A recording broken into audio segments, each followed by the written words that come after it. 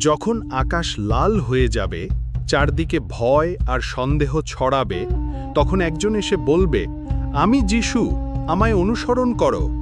কিন্তু মানুষ কি বুঝতে পারবে সত্য আর মিথ্যার পার্থক্য? শেষ সময় খুব কাছে চলে এসেছে। পৃথিবীতে যুদ্ধ, দুর্ভিক্ষ আর মহামারী চলছে। সবাই যিশুর ফেরার জন্য প্রার্থনা করছে। ঠিক তখন এক অচেনা লোক এলো, মুখে হাসি, চোখে আলো। সে বলল, আমি যিশু, আমি ফিরেছি, আমার সাথে চলো।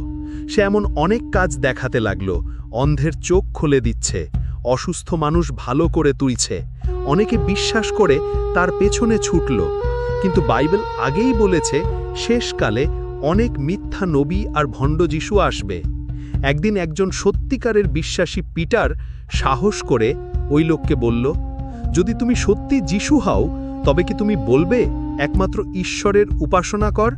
কিন্তু সেই লোক নিজেকেই উপাসনা করতে বলল। তখন পিটার বুঝতে পারল, এ তো দজ্জাল, মিথ্যা বলছে। পিটার সবাইকে সাবধান করে বলল, প্রকৃত যিশু আকাশ থেকে গৌরবের সঙ্গে আসবেন, সবাই একসাথে দেখবে। তিনি কখনো নিজেকে ঈশ্বর বলবেন না। কেউ কেউ চোখ খুলে বুঝতে পারল, কিন্তু অনেকেই দজ্জালের পেছনে চলে গেল।